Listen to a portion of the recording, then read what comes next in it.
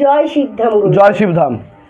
বর্তমানে দেখা যাচ্ছে প্রত্যেকটি মানুষের বিবাহ বন্ধন কর্মবন্ধন হয়ে যাচ্ছে, সেক্ষেত্রে গুরুদেব কিছু বলুন।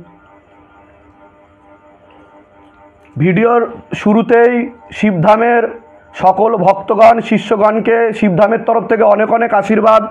সকলে সুস্থ থাকুন, ভালো থাকুন এবং এইভাবেই জুড়ে থাকুন। এর ফলে শিবধামের কৃপা দৃষ্টি আরও আপনাদের উপর পড়বে এবং বাস্তবিক জীবনে আপনারা সুখ শান্তি লাভ করতে পারবেন। বর্তমান যেটা সবথেকে বড় সমস্যা বহন করছে সেটা হচ্ছে বিবাহ বন্ধন ও কর্মবন্ধন, যেটা দেখতে পাওয়া যাচ্ছে যে আমাদের এখন প্রত্যেকের জীবনে সবথেকে বড় সমস্যা হয়ে দাঁড়িয়েছে বিবাহ বন্ধন ও কর্মবন্ধন। এবার আমি একটা কথাই বলবো যে বিবাহটাও কিন্তু একটা কর্মের মধ্যে পড়ছে। কর্ম কি? কর্ম হচ্ছে যখন আমরা কোনো চিন্তা ভাবনা করছি সেটাও কিন্তু আমাদের কর্মের মধ্যেই ধরা হচ্ছে। গৌতম বুদ্ধ কি বলেছেন? What you think you become. মানে আপনি যদি মনে করেন আপনি রাজা তাহলে আপনি রাজা, যদি নিজেকে আপনি মনে করেন ভূতপ্রেত তাহলে আপনি ভূতপ্রেত। অর্থাৎ আপনার মধ্যেই ভগবান লুকিয়ে আছে, আপনার মধ্যেই শয়তান লুকিয়ে আছে, তাকে জাগিয়ে তুলতে হবে। তো আমরা যখনই চিন্তন করছি তখনই কিন্তু আমাদের শরীরের মধ্যে একটা এনার্জি ফিল্ড তৈরি হচ্ছে, ভাইব্রেশন তৈরি হচ্ছে। এই যে থট কারেন্ট, যখন একজন আরেকজনের সাথে এক ছাদের তলায় থাকে তাহলে একজনের গ্রহের প্রভাব আরেকজনের উপর পড়ছে, আরেকজনের গ্রহের প্রভাব কিন্তু আরেকজনের উপর পড়ছে, তাই নয় কি? কিভাবে গুরুদেব সেটা? তার কারণ হচ্ছে যেমন তুমি একরকম চিন্তা ভাবনা করো, আমি আরেক রকম চিন্তা ভাবনা করি, তোমার থেকে একরকম ভাইব্রেশন থট কারেন্ট উৎপন্ন হচ্ছে, আমার থেকে একরকম থট কারেন্ট ভাইব্রেশন এনার্জি উৎপন্ন হচ্ছে, আমার থট কারেন্ট ভাইব্রেশন তোমার উপর পড়ছে, তোমারটা আবার আমার উপর পড়ছে। এর ফলে যার প্রভাব ও প্রয়োগ বেশি তা কিন্তু প্রভাবিত করবে এবং প্রয়োগ দেবে একে অপরের জীবনে। অতএব আমাদের 10টা বন্ধু থাকে, কিন্তু 10টা বন্ধুই কিন্তু ফেভারিট ফ্রেন্ড হয় না বা প্রিয় বন্ধু হয় না। তার কারণটা কি? তার মানেটা কি? যে তার সাথে আমার মনের অনেক মিল আছে। মনের মিল কি করে হলো? কারণ তার চিন্তা ভাবনা ও আমার চিন্তা ভাবনা কিন্তু সিমিলারিটিজ রয়েছে, তাই নয় কি? তার কারণ হচ্ছে তার গ্রহের সাথে, তার নক্ষত্রের সাথে, তার তারাগণের সাথে আমার কিন্তু অনেক মিল রয়েছে। সে কারণে আমাদের মধ্যে বাস্তবিক জীবনে এতগুলো মিল বা সামঞ্জস্য দেখতে পাওয়া যাচ্ছে। অতএব যখন আমরা বিবাহ করব তো আমাদের দেখে শুনে বিবাহ করা উচিত। ভুল পথে গেলে ফুল পাওয়া যায় না। অতএব এটা কোনো ছেলে খেলা বা মেয়ে খেলা নয়। এখন বাস্তবিক জীবনে দেখতে পাওয়া যাচ্ছে যে এটা ছেলে খেলা বা মেয়ে খেলা হয়ে উঠছে। কারণ একাধিক বিবাহের যোগ, একাধিক লিগ্যাল কেসের যোগ, একাধিক অসামঞ্জস্য, মতবিরোধ, কলহ, ঝগড়া, ঝামেলা, অশান্তি, বিবাদের যোগ। তো এগুলো আমাদের বাস্তবিক জীবনে কিন্তু আমরা শারীরিক ও মানসিকভাবেও সুস্থ থাকতে পারি না। আর দ্বিতীয় কথা হচ্ছে মানুষ একে সন্তুষ্ট নয়, অর্থাৎ যে ধীর নয়, যে স্থির নয়, সে কিন্তু জীবনে কোনোদিনও স্যাটিসফাইড হতে পারে না, জীবনে কোনোদিনও বাস্তবিক শান্তিকে লাভ করতে পারে না। কারণ তার এক্সপেকটেশন, তার চাহিদা কিন্তু সবসময় থেকেই যায়।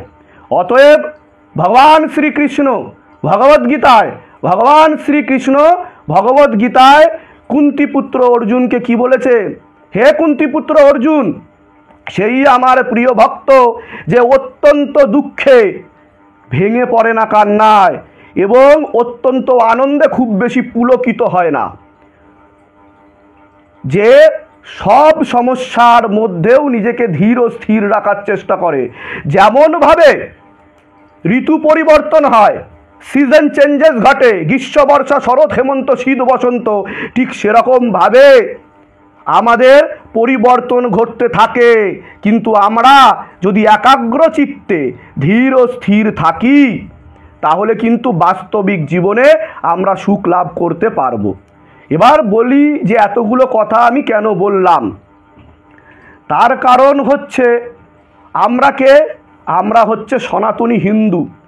আমাদের পরম্পরা শেখায় না যে একাধিক নারী সঙ্গ বা একাধিক পুরুষ সঙ্গ, যা বর্তমানে অত্যন্ত সহজ সরল সাধারণ স্বাভাবিক জীবনযাপনের মতো হচ্ছে, কিন্তু বাস্তবিক জীবনে কি তারা আদৌ সুখী আছে?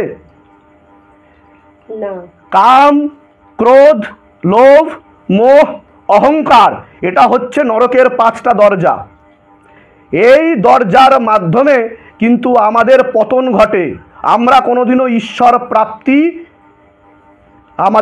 ঈশ্বর প্রাপ্তি হয় না। আমরা কি হই? নরকে চলে যাই, অর্থাৎ শয়তান জেগে ওঠে। আমাদের 3টে গুণ আছে, সতগুণ, রজগুণ ও তমগুণ। তো আমাদের মধ্যে লড়াই চলে, ভালো ও খারাপের লড়াই।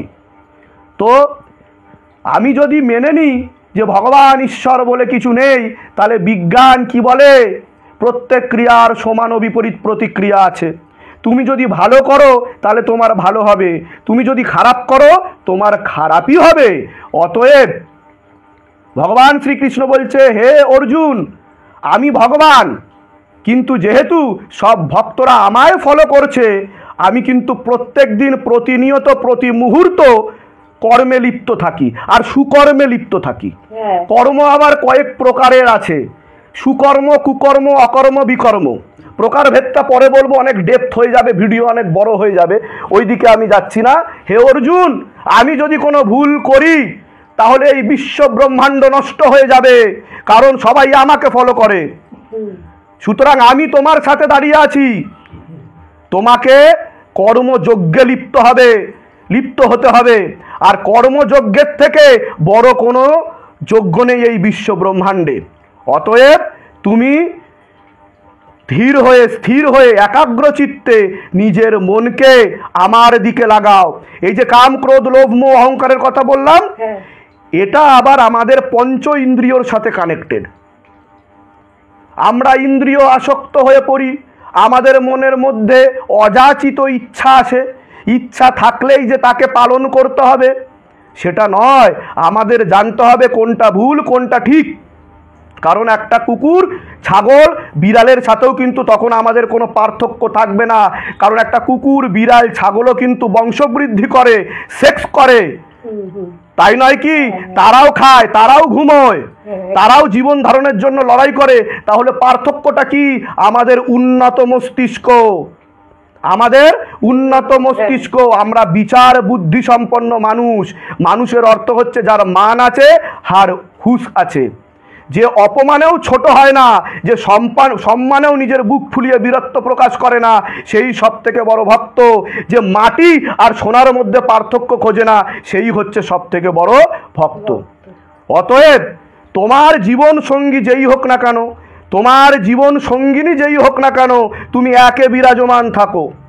সে যদি আমাকে ভালো নাও বাসে, তাহলে সেটা বুঝে নিতে হবে আমার অন্য কোনো কর্মের ফলের কারণে এটা হচ্ছে, এবং ঈশ্বর প্রভুজি আমার পরীক্ষা নিচ্ছে, আমি তো তাকেই ভালোবাসবো, তা ব্যতীত আমি কাউকে ভালোবাসবো না।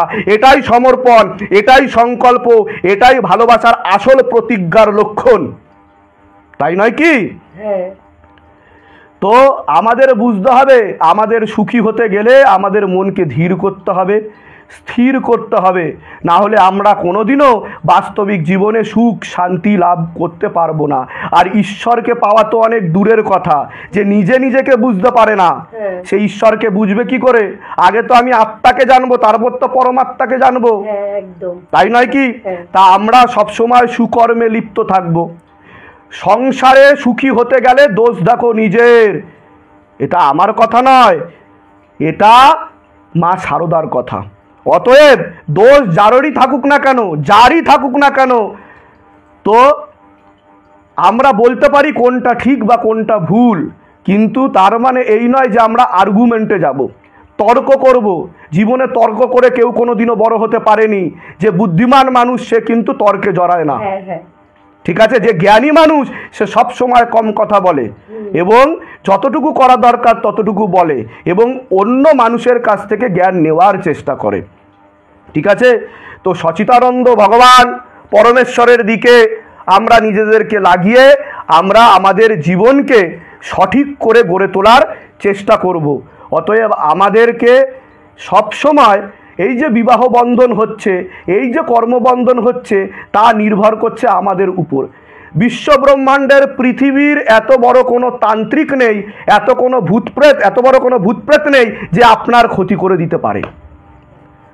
সব কিছুর জন্য দায়ী এবং দোষী আমরা নিজেই। কেন গুরুদেব? তার কারণ হচ্ছে আমরা বিভিন্ন জন্মের বিভিন্ন কর্মের ফল এ জন্মে ভোগ করছি। বোঝা গেল আমি কি বলছি? অতএব আমাদের বুঝতে হবে, আমি যদি ঠিক থাকি তাহলে আমার সামনে যত বড় বিপদ ঘনিয়ে আসুক না কেন, ঈশ্বর আমাকে রক্ষা করবে। আমাকে কেউ ক্ষতি করার চেষ্টা করলেও কিন্তু আমাকে সেই ক্ষতিকে আমি কিন্তু হারিয়ে দিতে পারবো ঈশ্বরের আশীর্বাদে। কারণ সে স্বয়ং আমাকে কিন্তু রক্ষা করছে, তার রক্ষা কবচ। তো আমাদেরকে সর্বত্র তার চিন্তনে থাকতে হবে। যে সন্তান সে বাবা মার সেবা করবে, তাই না? একজন যিনি হাজব্যান্ড, তিনি দেখবে যে তার যে স্ত্রী আছেন, যে অর্ধাঙ্গিনী, তার যেন কোনো রকম অসুবিধা না হয়।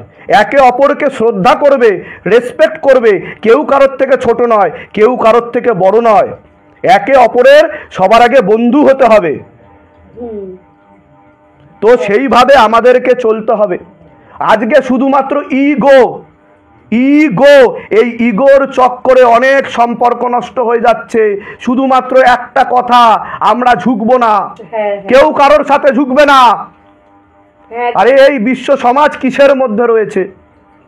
কিসের মধ্যে? ঝুঁকে গেলে কি নত হয়ে যায়? না। আজকে বজরংবলী প্রভু শ্রী রামের কাছে বারংবার ঝুঁকে গেছে, তাই না? তাতে কি বজরংবলীর কি জায়গাটা নিচে নেমে গেছে? আজকে পুরো ভূভারতে সারা পৃথিবীতে কতগুলো রাম মন্দির আছে আর কতগুলো বজরংবলী মন্দির আছে আপনারা সকলে দেখুন। তাতে স্থান আরো উপরে উঠে যায়। অর্থাৎ ফলধারী যে গাছ হয় সে সব সময় ঝুঁকে থাকে, যার মধ্যে ফল থাকে না সে কিন্তু মাথা উঁচু করে থাকে, কিন্তু তার দিকে ভুলেও কেউ ঢিল ছোড়ে না। তার কারণ সেখানে তো ফলই নেই, ফুলও হয় না, ছুড়বে কি? তাই না? তো এটাই হচ্ছে ভগবত চিন্তা নিজের মধ্যে জাগিয়ে তুলতে হবে, সর্বত্র সুচিন্তা করতে হবে। অতএব আমরা বন্ধুত্বপূর্ণ সম্পর্ক তৈরি করব, সব সময় নত হয়ে থাকবো, বাবা মার সেবা করব। বাবা মার থেকে বড় গুরু কেউ হয় না। আগে তো বাবা মার সেবা করব, বাবা মার দেখভাল করব, তাই তো? যখন আমরা স্বামী স্ত্রী, যখন আমরা অন্য সম্পর্কে চলে যাচ্ছি, তো একে অপরকে রেসপেক্ট করব। রেসপেক্ট করা মানে ঝুঁকে যাওয়া নয়, তাই না? আমাদের যে দায়িত্ববোধ, ভালোবাসা, তাকে জাগিয়ে তুলব। এই প্রভু কিন্তু আমাদের মধ্যে রয়েছে। আমি যদি কাউকে কটুবাক্য বলি তাহলে বুঝে নিতে হবে তার মধ্যেও শিব রয়েছে, রাম রয়েছে। আমি কি করে ওনাকে কটুবাক্য বলতে পারি? তাই না? তো কাউকে আমি কটুবাক্য বলতে পারি না। যে বোকা, যার বুদ্ধি নেই। এই যে জ্ঞানী ভক্তকে, যে বিচার বুদ্ধি সম্পন্ন, 4 প্রকারের ভক্ত আছে। ঠিক আছে, ভগবদ গীতায় বলা হয়েছে, ভগবান শ্রীকৃষ্ণ বলছে আমার প্রিয় ভক্ত হচ্ছে যিনি জ্ঞানী ভক্ত। অর্থাৎ জ্ঞানের মাধ্যমে যে সর্বত্র আমাকে স্মরণ করে সব সময় শিব শিব শিব শিব শিব শিব শিব শিব শিব রাম রাম রাম রাম রাম রাম, তার মধ্যে হারিয়ে যেতে হবে। তাকে বোঝার চেষ্টা করতে হবে, তাকে জানার চেষ্টা করতে হবে, সব সময় ঝুঁকে থাকতে হবে। কোনো ব্যথা পেলে, কোনো খারাপ কিছু আসলে তার জন্যও প্রস্তুত থাকতে হবে। তাহলে কি আমরা বাস্তবিক জীবনে সুখে শান্তিতে থাকতে পারবো। আর যে দু নৌকায় পা দিয়ে চলে, যে ব্যভিচারী জীবন যাপন করে, সে কোনোদিনও সুখী থাকতে পারে না। যা বর্তমানে দেখতে পাওয়া যাচ্ছে, বিবাহ বন্ধন, পরকীয়ায় লিপ্ত হচ্ছে, একাধিক বিবাহের যোগ, এগুলো কেন তুলে ধরা হচ্ছে? কারোর ঘরের কন্ট্রোভার্সিকে দেখানোর জন্য না, আপনাদের সৎ পথে আনার জন্য। আপনাদের যে পরম্পরা উঠে গেছে সে পরম্পরাকে নতুনভাবে জাগরণ করার জন্য, পুনরায় স্থাপন করার জন্য। কারণ আপনাদের দেখে আপনার ছেলের মেয়েরা শিখবে। তারা কি শিখবে? এগুলো আমাদের কালচার নয়। আজকে আপনারা দেখুন, বিদেশে যারা রয়েছে তারা আমাদের কালচারকে একসেপ্ট করছে, গ্রহণ করছে। কারণ তারা বাস্তবিক জীবনের সুখ ও শান্তিকে উপলব্ধি করার ক্ষমতা তৈরি করছে। সে কারণে তারা শাড়ি পরছে, তারা ভগবান শ্রীকৃষ্ণ মহাদেবকে আপন করে নিচ্ছে। তারা বুঝতে পারছে কোনটা ঠিক কোনটা ভুল। কিন্তু আমরা কিসের মধ্যে লিপ্ত হয়ে আছি? আমরা নেশার মধ্যে রয়েছি, ইন্দ্রিয় আসক্ত হয়ে রয়েছি। এখানে কি বাস্তবিক জীবনের সুখ শান্তি আমরা লাভ করতে পারবো?